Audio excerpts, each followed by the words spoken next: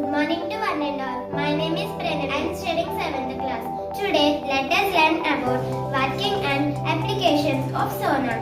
Sonar stands for Sonographic Navigation and Ranging or Sound Navigation and Ranging.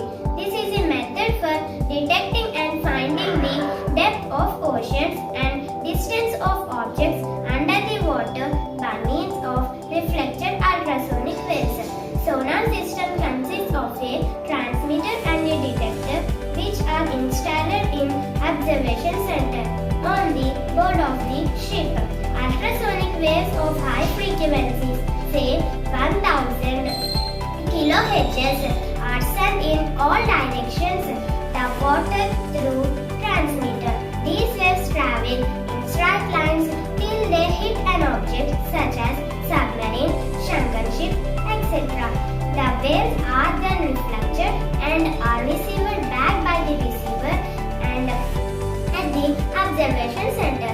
From the time between sending the ultrasonic wave and receiving its echo, observation center is calculated.